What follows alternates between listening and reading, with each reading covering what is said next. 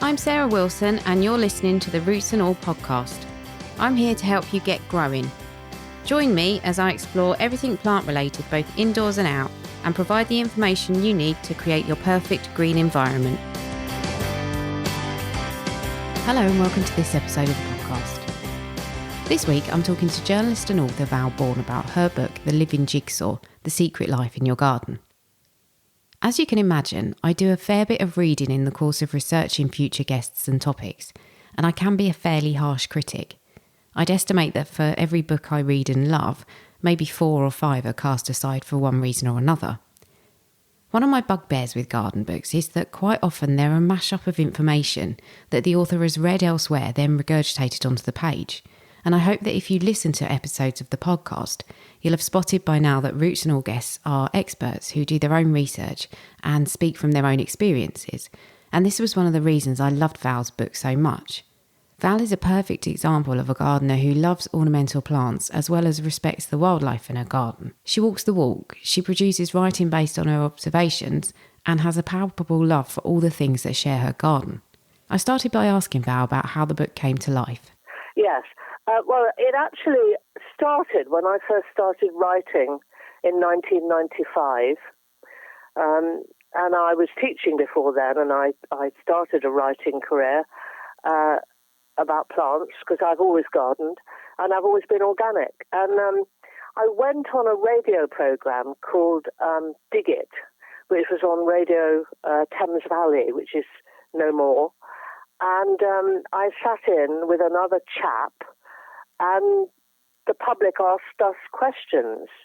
And by then I was in my mid-40s, and I was absolutely shocked because every question about black spot on roses, mildew on phloxes, sulking lavenders, the answer was always go down to the garden centre and buy a chemical. And I felt completely out of kilter with the gardening world, having been organic all my life. And to cut a long story short, after about 6 weeks, the producer took me aside and said, "Val, you have a wonderful voice, but no one is interested in organic gardening. It's wacky." And I was given the push.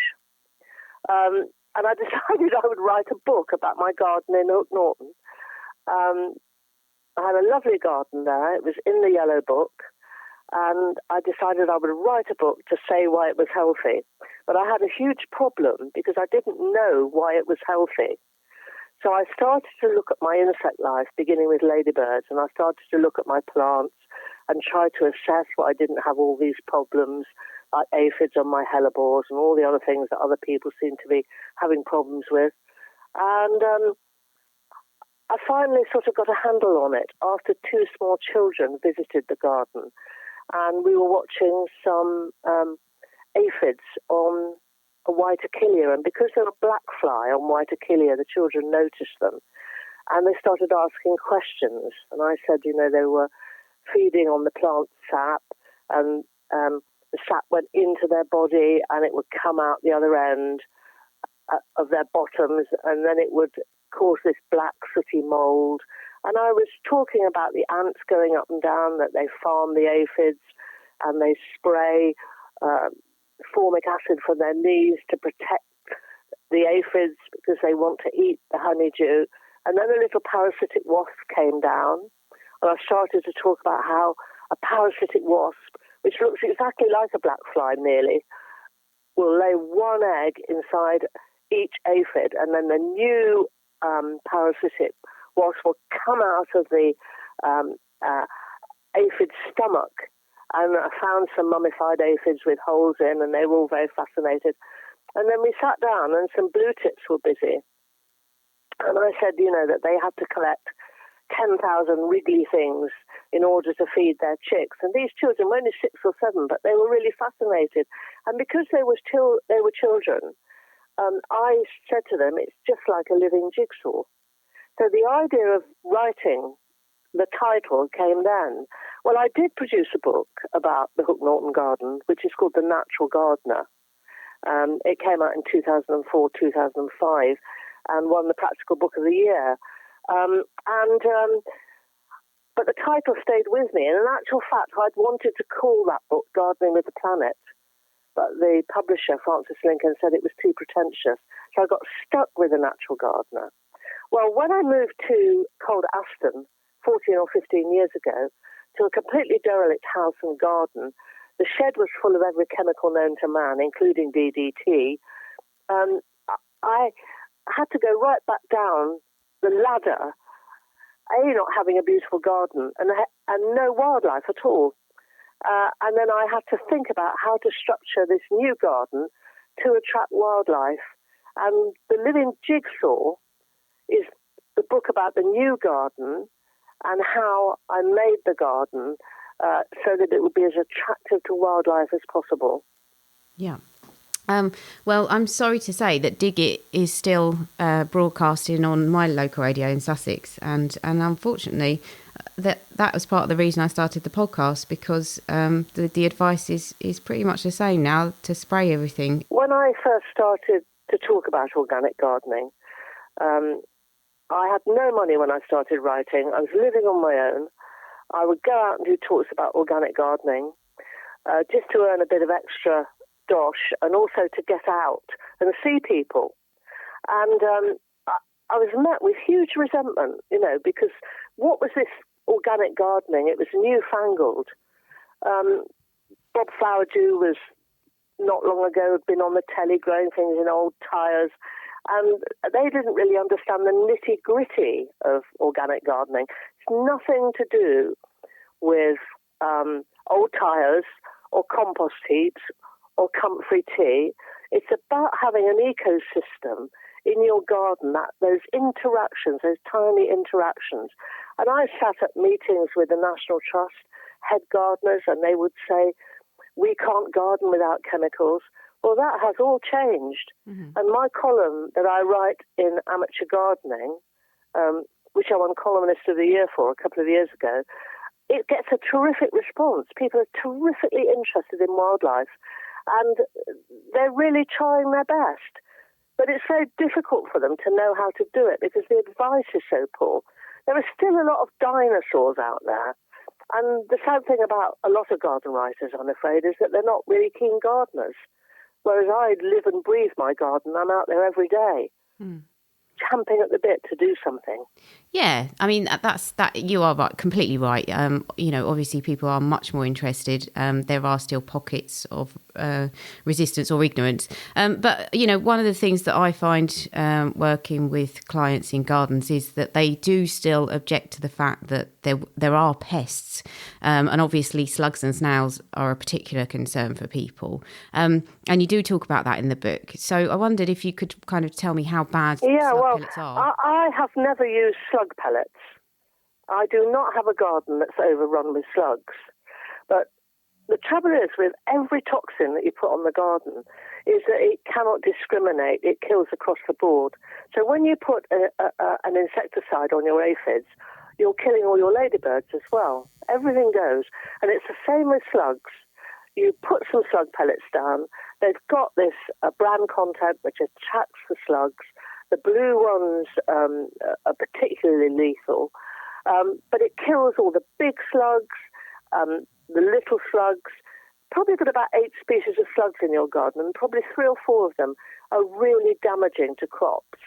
The keeled slug, the grey-field slug.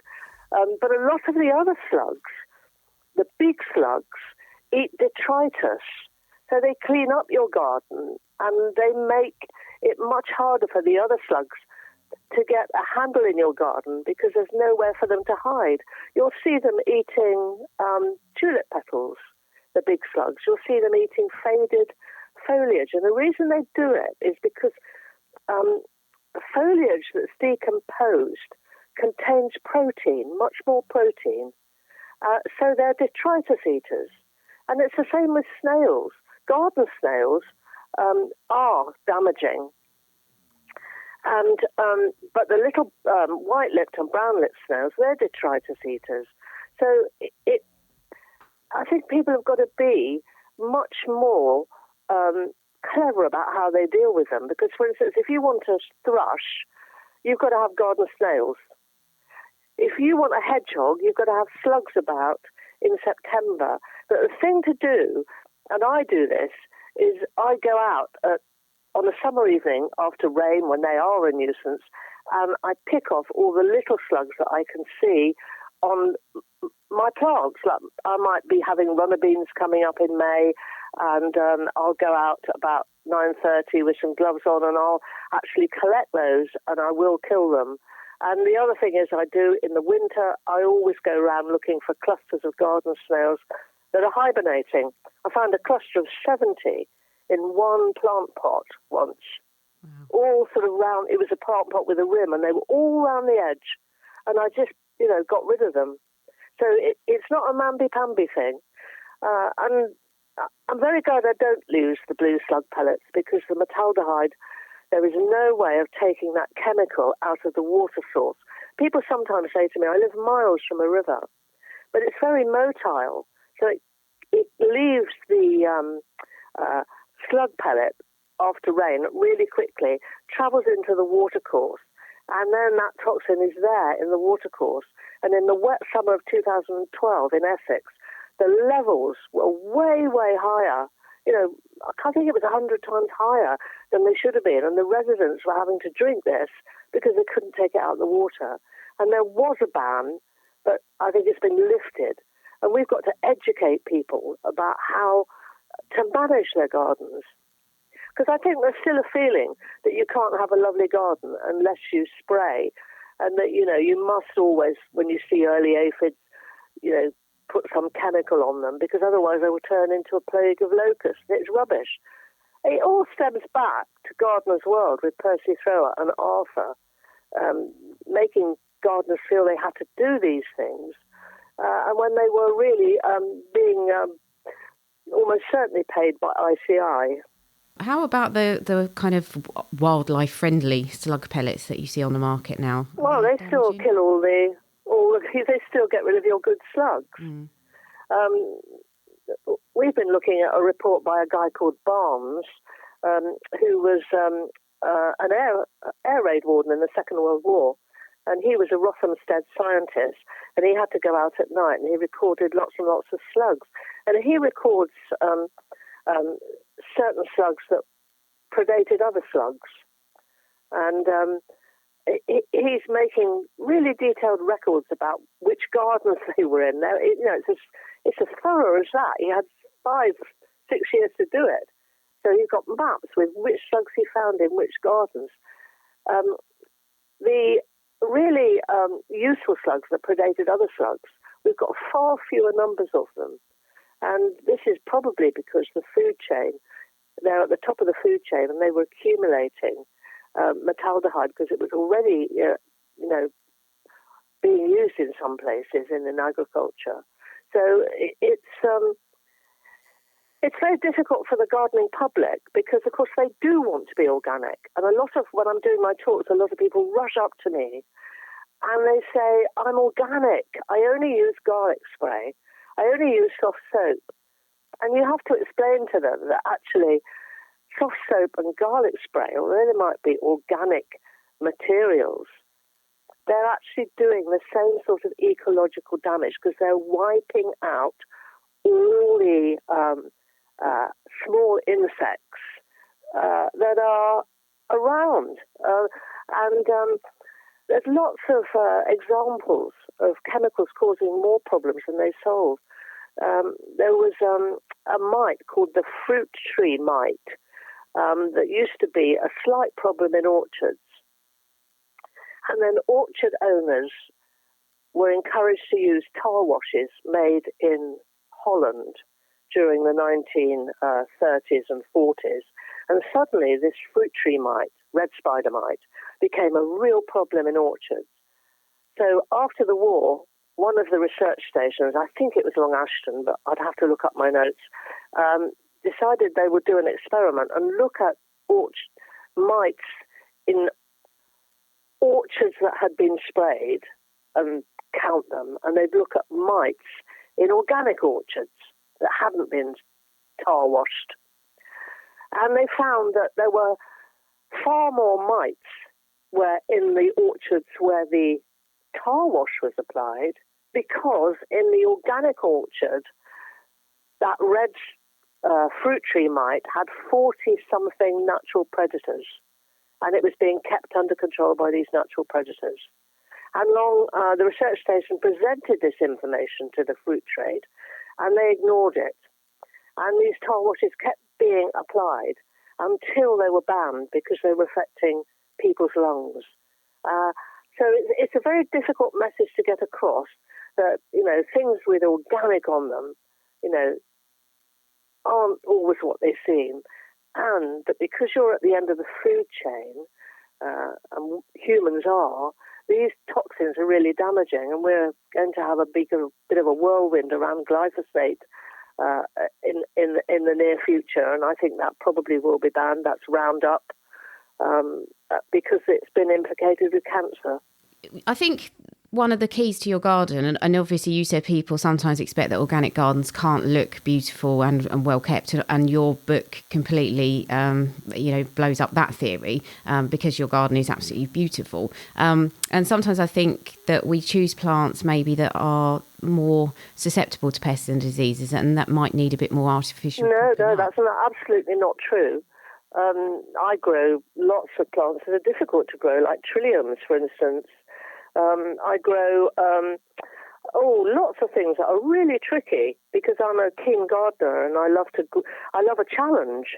The key to it is actually choosing good plants. I try plants for the RHS and we give AGMs to the best plants. So always look for the AGM logo. And the other thing is I put my plants in the right place so that they're happy. When I did that radio program, I looked back at the questions because I wrote them down. And people on the Chilterns, which is a very dry area with thin chalk, were phoning up because they had mildew on their phloxes. And I said, well, why are you growing phloxes? They're plants, North American plants of damp meadows. Grow other things that would do much better for you, like hardy geraniums, pinks. So a lot of it is putting plants in the right place. So I have 3 main areas in my garden. I have a spring border, a summer border along the front of the cottage, because I have a south-facing garden. And then I have an autumn border on the southwestern edge to catch the fading sun. And I garden those areas really seriously, and they're packed with lots and lots of plants.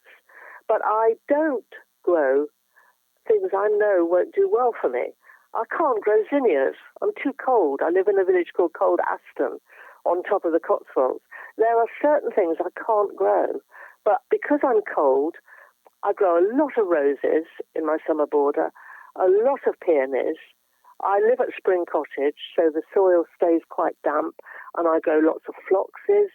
I'm selecting things I know will do well here, but I'm also growing really challenging things.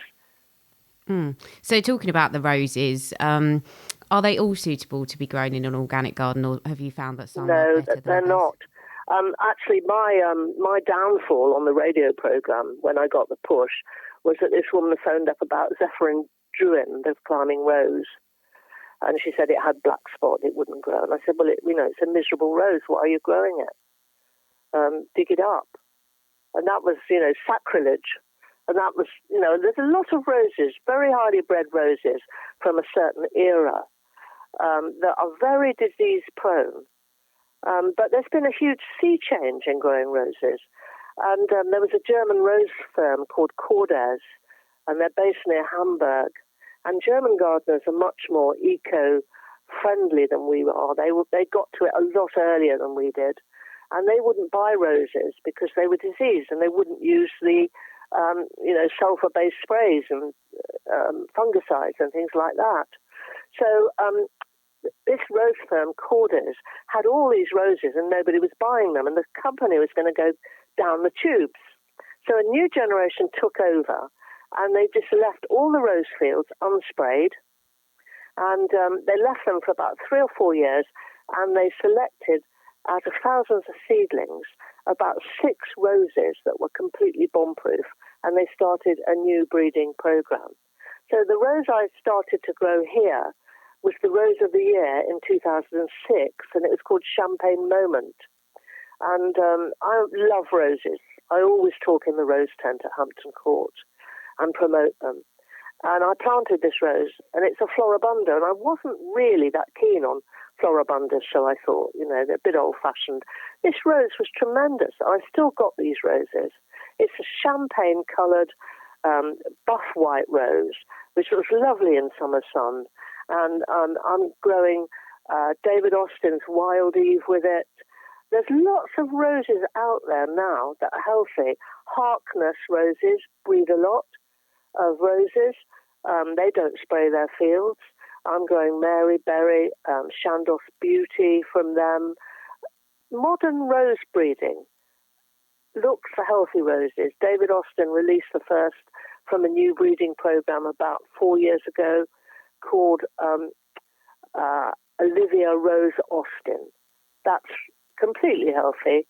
I give my roses 2 years. I grew one called Boscobel, which looked lovely, and it was too diseased and weak, and I just dug it up. But there are so many healthy roses out there, and I try to list them in the book. Roses do well here because we're open and airy and cold, which is what roses like. And I do look after them. I prune them properly. I feed them. But I don't worry if they get a bit of aphid. I just rub them off with my fingers if they bother me. Yeah.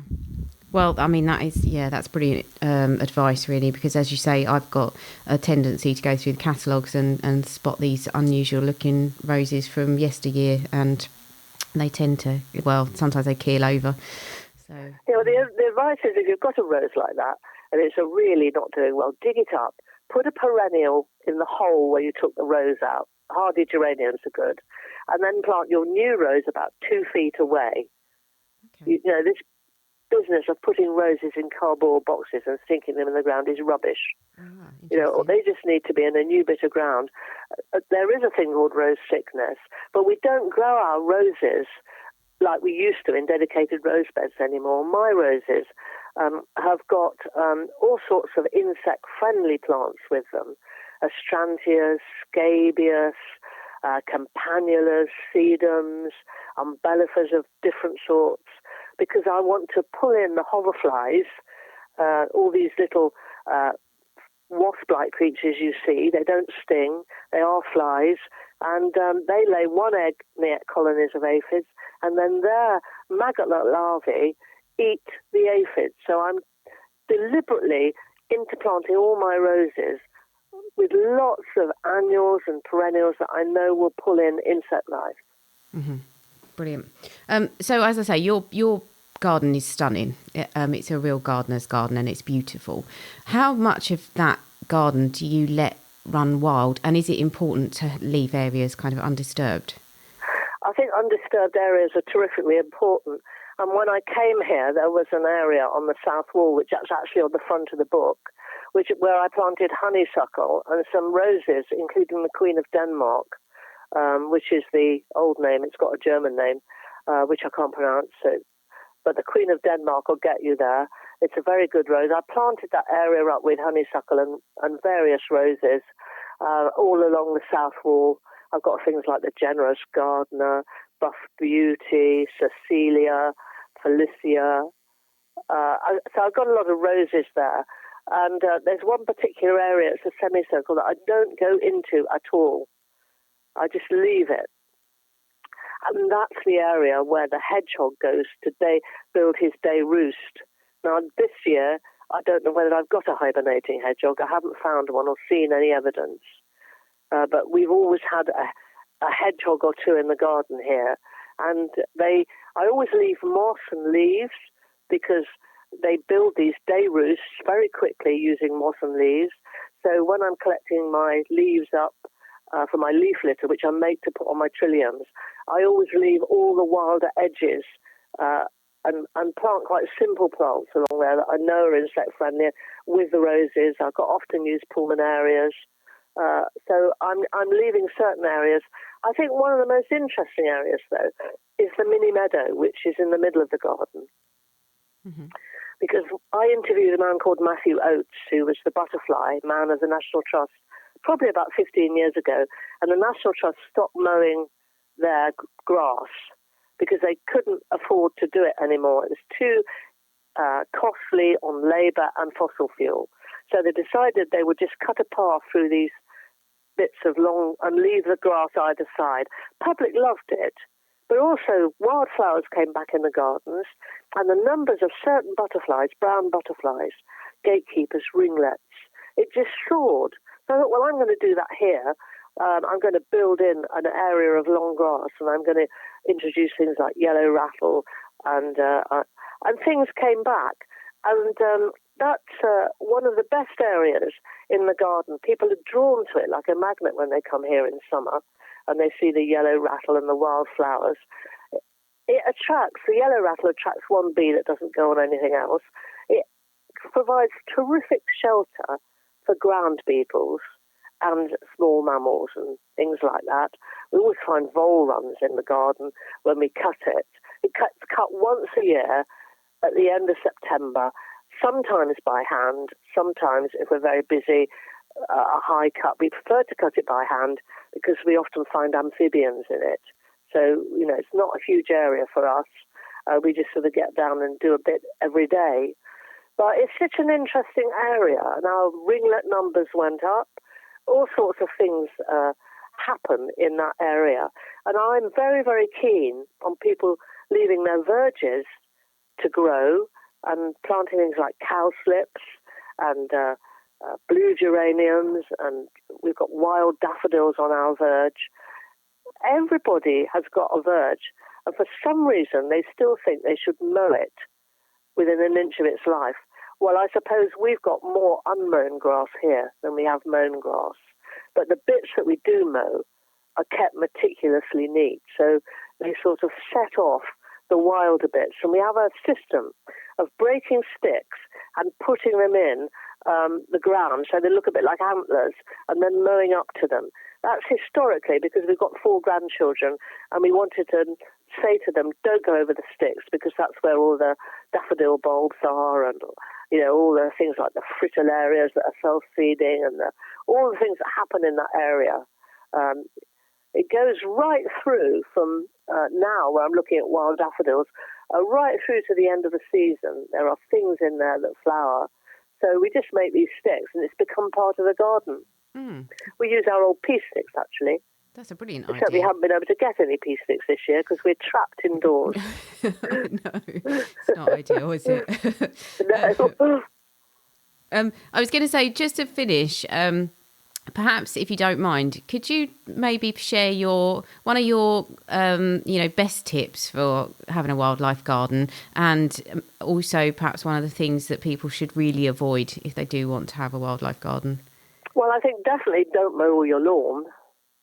There's a lot on plant life. There's a good verge guide, so don't mow your verges, because a lot of Britain's wildflowers no longer exist on farms. They're clinging to road verges.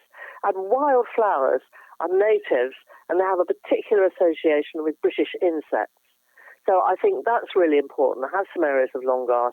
Have early flowers that are around in February, March time.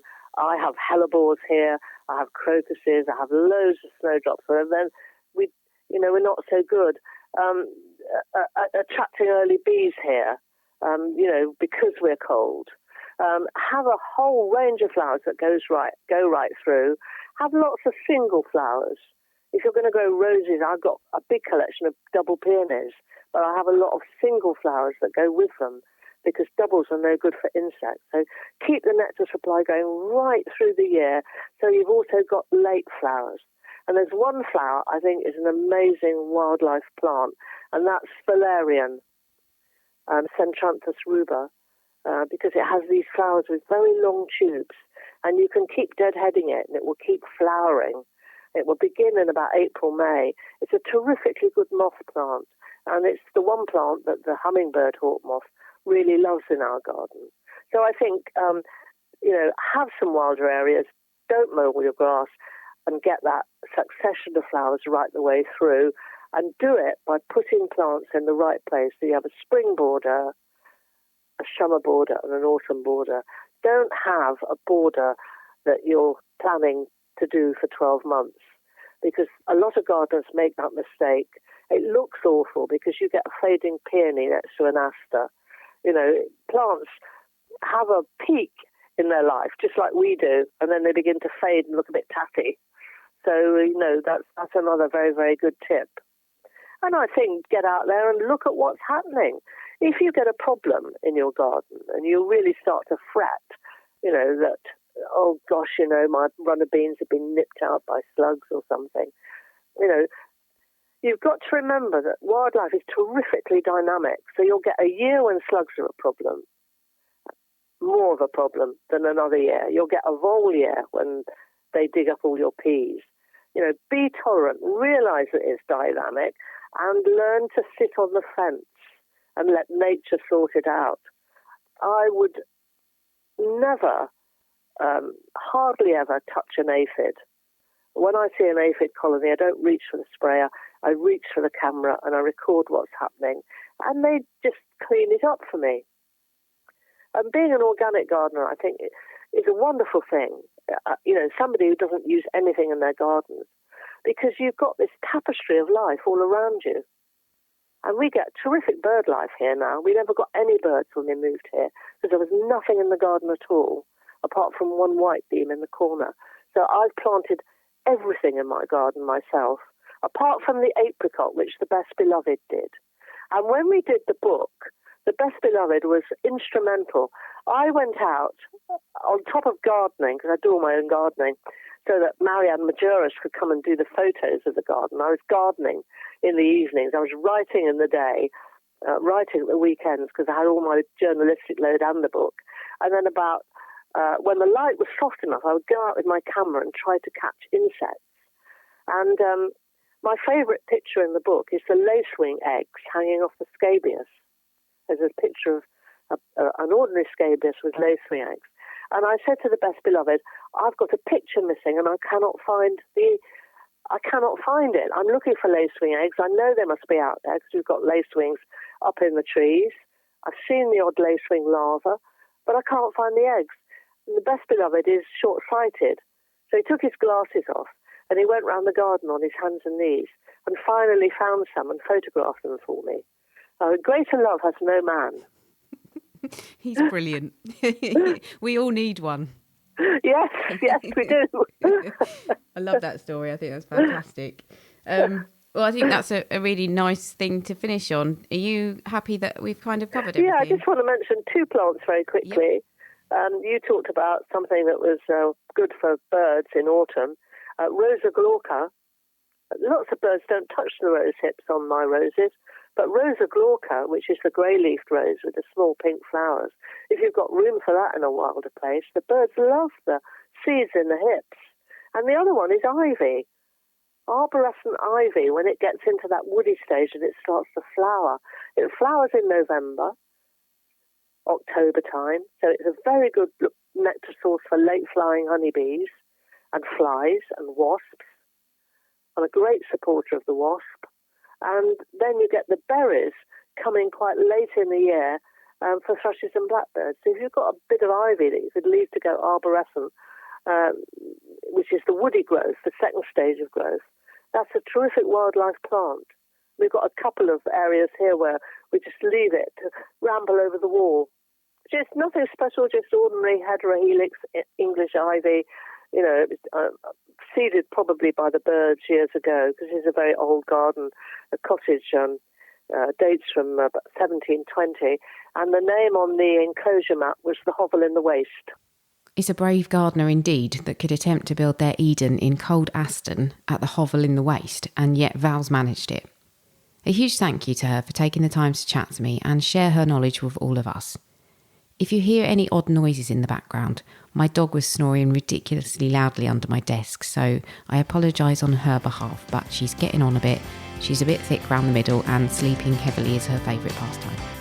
Thank you to you for listening. Have a good week and I'll catch you next Tuesday. You can download or listen to the podcast direct from the website www.rootsandall.co.uk. where you'll also find my blog and a sign-up form for the newsletter, which gives you a weekly roundup of content, plus the inside scoop on things like upcoming guests. Or you can subscribe wherever you normally get your podcasts.